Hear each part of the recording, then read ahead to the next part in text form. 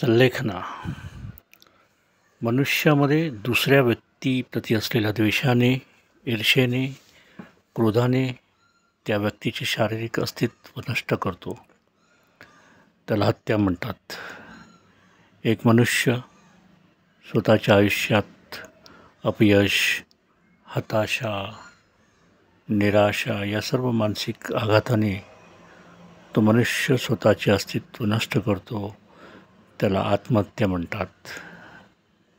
परंतु जैन धर्मात जे तपस्वी मुनी केवल ज्ञानी होतात, पुन्हा एकदा ते अनंत चतुष्टयाला प्राप्त होतात.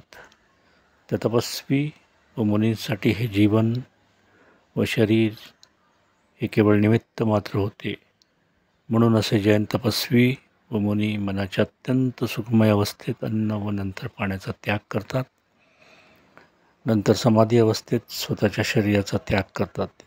या सर्व अवस्थेला संलेखना किंवा संथारा म्हणतात.